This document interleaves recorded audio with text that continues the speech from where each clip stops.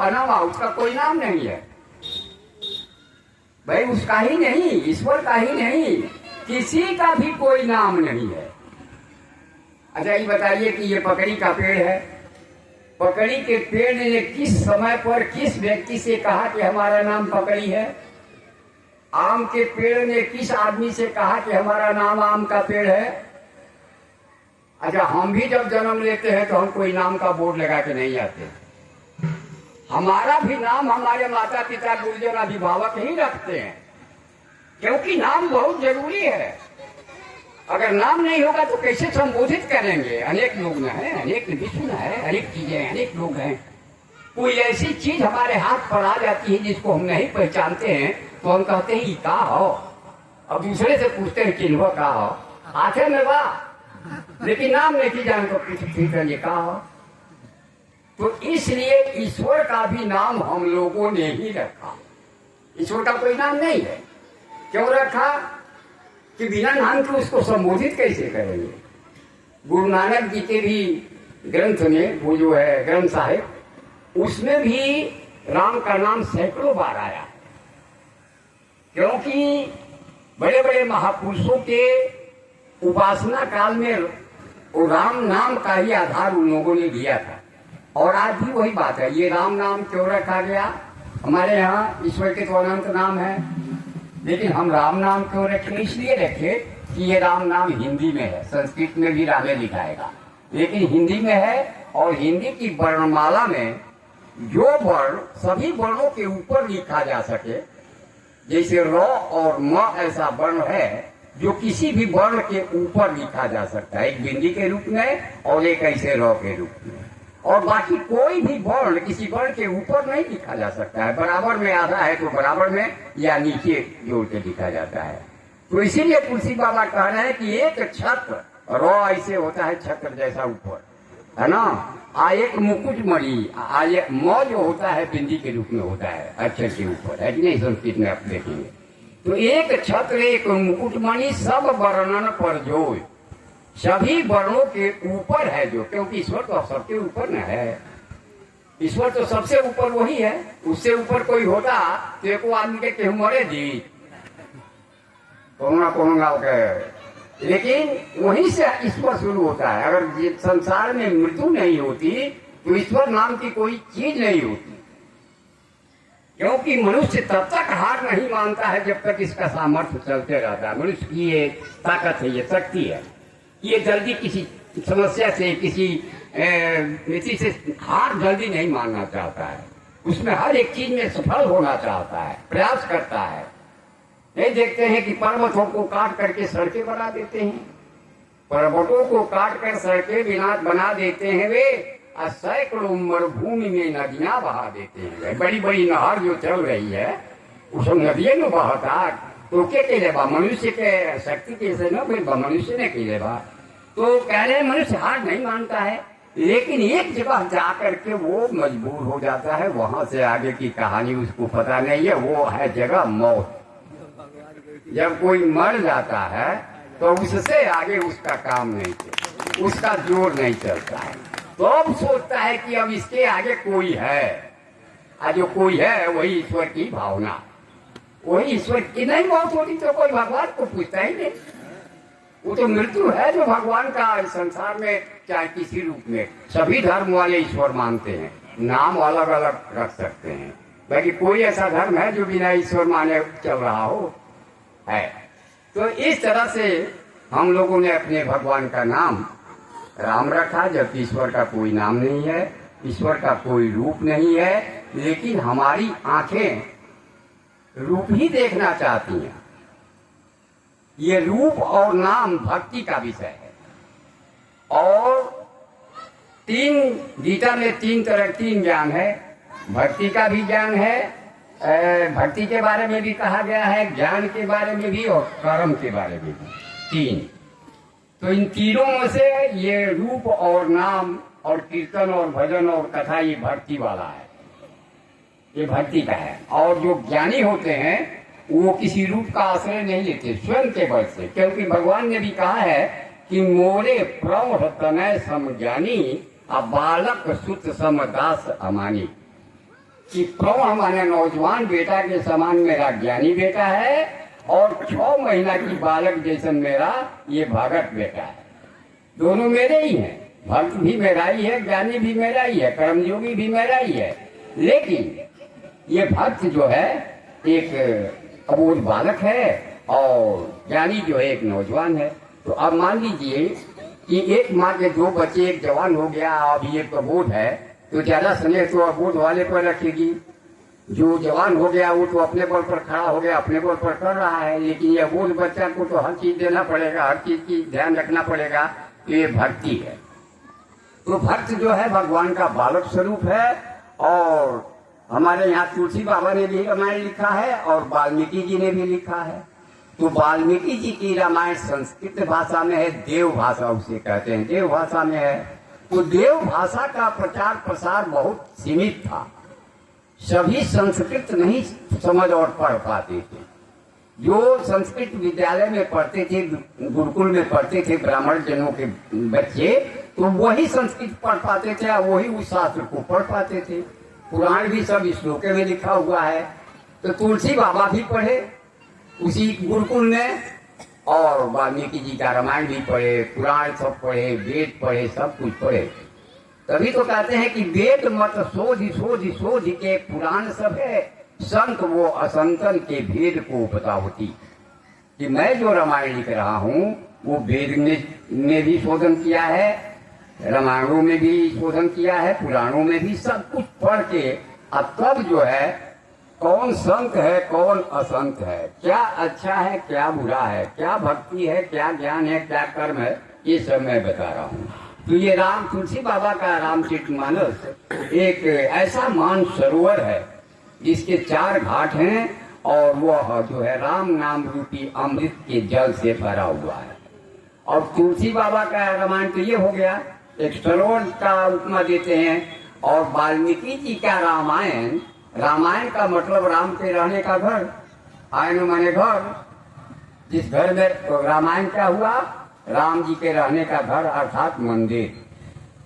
तो वाल्मीकि जी का रामायण एक मंदिर है, और तुलसी बाबा कहते हैं कि हमारा रामायण राम भक्ति जहाँ सुरसर धारा, कि हमारी जो रामायण है ये गंगा की धारा है। अब इन दोनों में अंतर क्या है?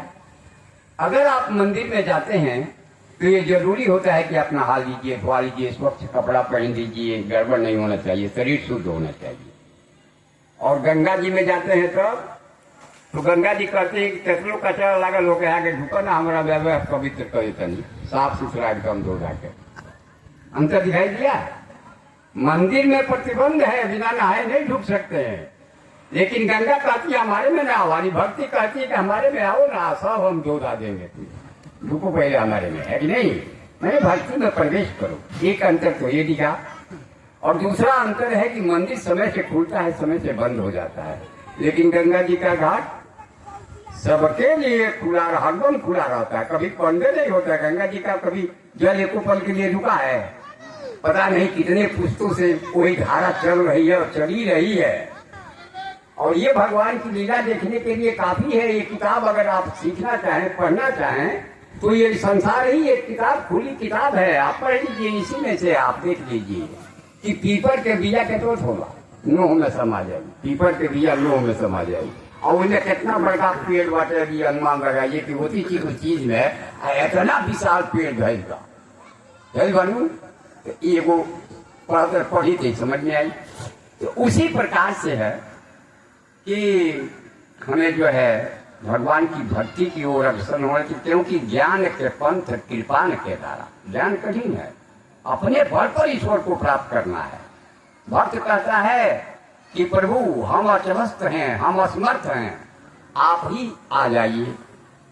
और ज्ञानी कहता है कि हम अपने बल से वहां पहुंच जाएंगे। अवतार हमारे यहाँ मान्यता है, भक्ति में अवतार की मान्यता है, भगवान अवतार लेते हैं। अवतार का मतलब क्या हो? उतरना। अवतरणिका शब्द दिया गया है संस्कृत में सीढ़ी के लिए। तो सीढ़ी से ऊपर भी चढ़ सकते हैं तो नीचे भी तो उतर सकते हैं। तो ज्ञानी ऊपर चढ़ता है अपने बल से, और भक्त कहता है कि हम तो असमर्थ हैं, प्रभु आप वही सीढ़ियां पर नीचे उतर जाइए। तब हम कहते हैं कि जगह जगह ही धर्म से ग्लानि भवति भारत अभ्युत्थान धर्म से विच्छेद्यामि पुनः पुनः। कि भगवान जो है जब जब पृथ्वी पर धर्म की हानि होती है, अधर्म बढ़ता है, तब तक कोई ना कोई स्वरूप लेकर के इस पृथ्वी पर उतरते हैं। और इसीलिए हम लोग जो है रूप की भी पूजा करते हैं। और वह हमारा आपका लिए कोई भी रूप हो सकता है, कोई जरूरी नहीं है कि यही रूप, क्योंकि उस रूप में हमको ईश्वर देखना है, ईश्वर देखना है। और देखिए हमारे यहाँ मूर्ति की पूजा जब होती है, स्थापना की जाती है, तो उसमें विधि विधान से प्राण प्रतिष्ठा किया जाता है। अब कई बार कम्युनिस्ट के लोग जो है हमारे सनातन धर्म की आलोचना करते हुए कहते हैं कि जब पत्थर में प्राण डाला सकता तो पंडित जी के बाबूजी मर गए तो उन्हें कहना प्राण डाल दे रहे हैं।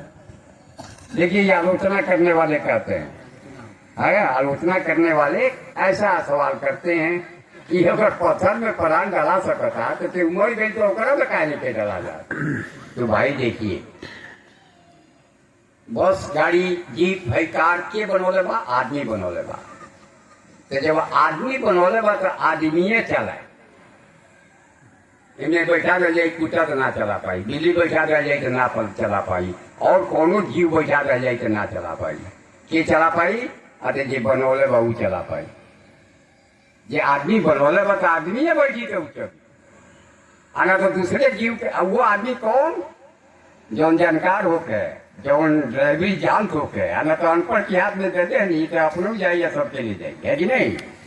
तो उसी प्रकार से ये मूर्ति जो बनाया है ये मनुष्य ने बनाया है, तो इसमें मनुष्य प्राण डाल सकता है। लेकिन हमको आपको किसी मनुष्य ने तो बनाया नहीं है, परमात्मा ने बनाया है। तो वो इसकी ड्राइवरी वही करता है, दूसरे की बस की ड्राइवरी नहीं है इसकी। कब ब्रेक लगा देना है कोई नहीं जानता है। हमारे आपके जीवन में कब उसका ब्रेक लग जाएगा कोई पता नहीं है।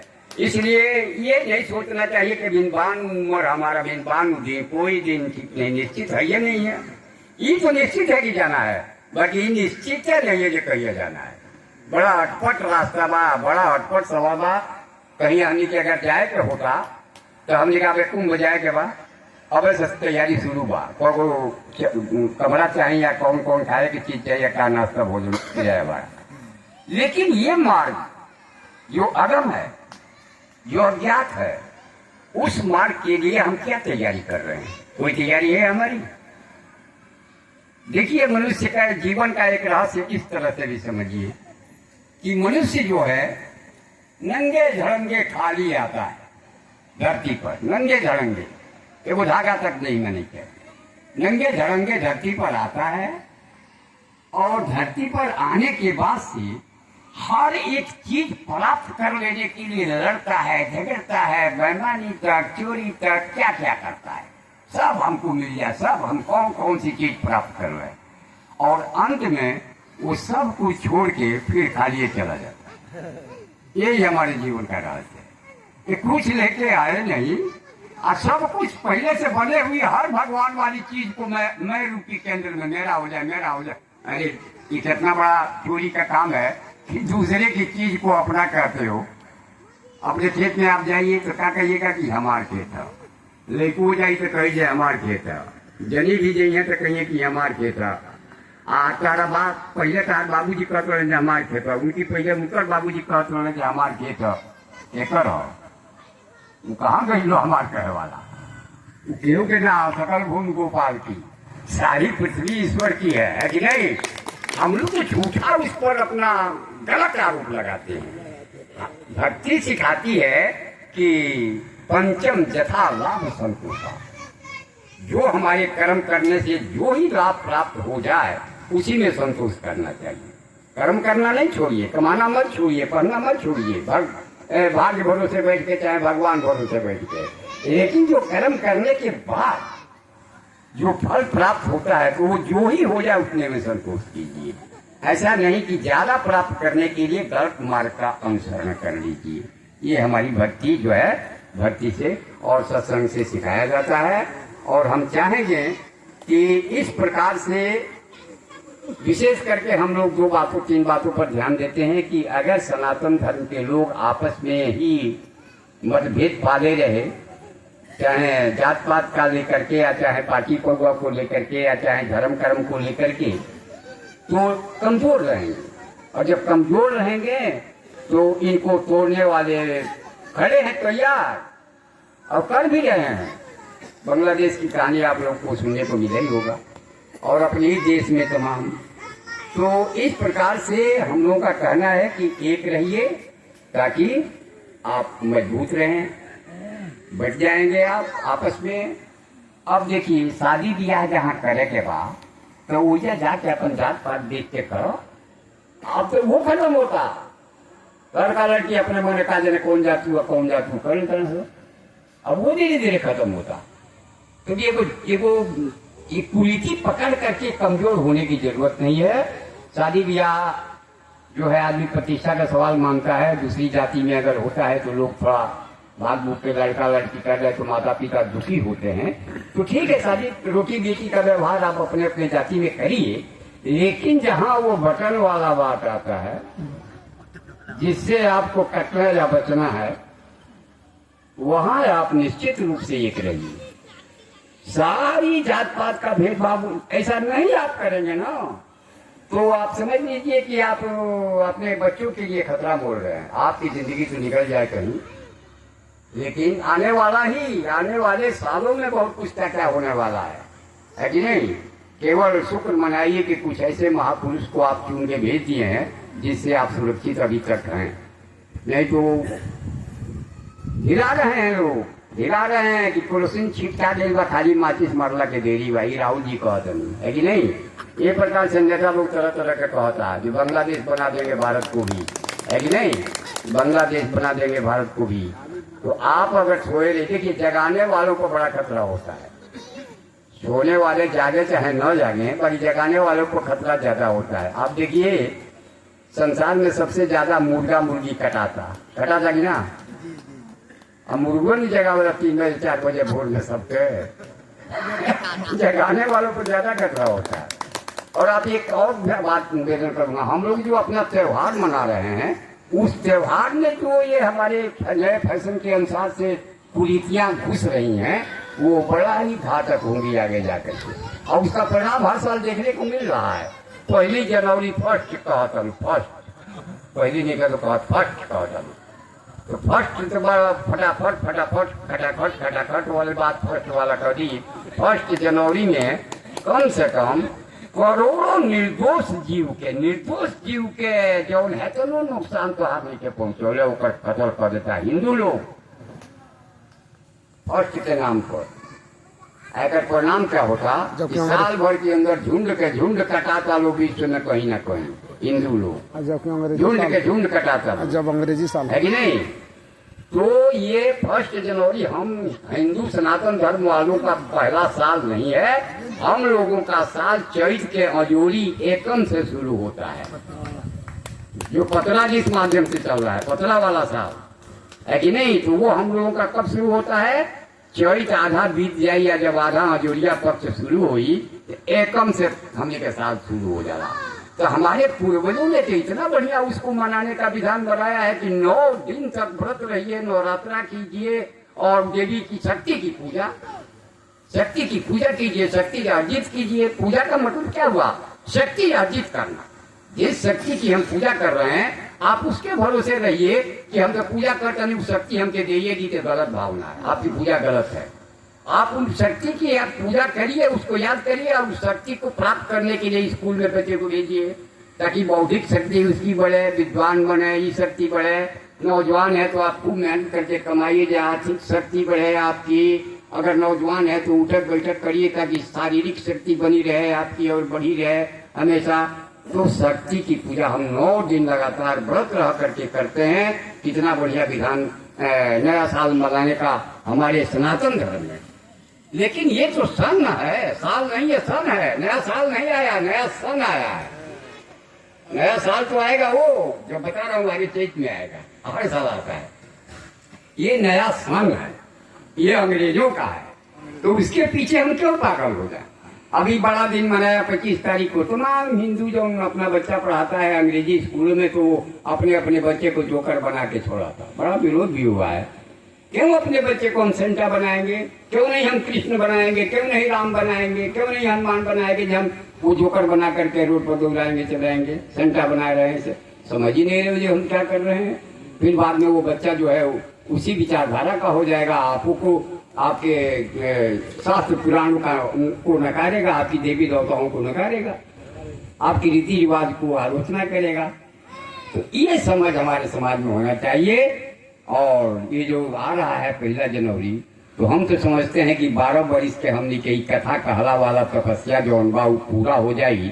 अगर कम से कम एको गांव के लोग ईमान ली कि वो दिन 1 जनवरी तो हम मनाए, लेकिन पनीर ले आए, दूध ले आए, खीर बनाए, पूरी बनाए, बासमती के चावल बनाए, पकौड़ा बनाए, पकौड़ी बनाए, कढ़ी बनाए, बाड़ा बनाए, 56 प्रकार भरा है जग में, फिर क्यों हार चबाता है रे।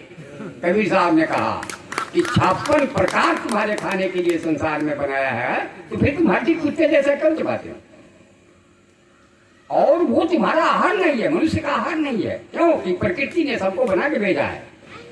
जो मांस खाने वाले जीव हैं, मैं 1 जनवरी पर कह रहा हूं, जो मांस खाने वाले जीव हैं उसका दांत ऊपर वाले ने सुईदार पहले ही से बना के जन्म दिया।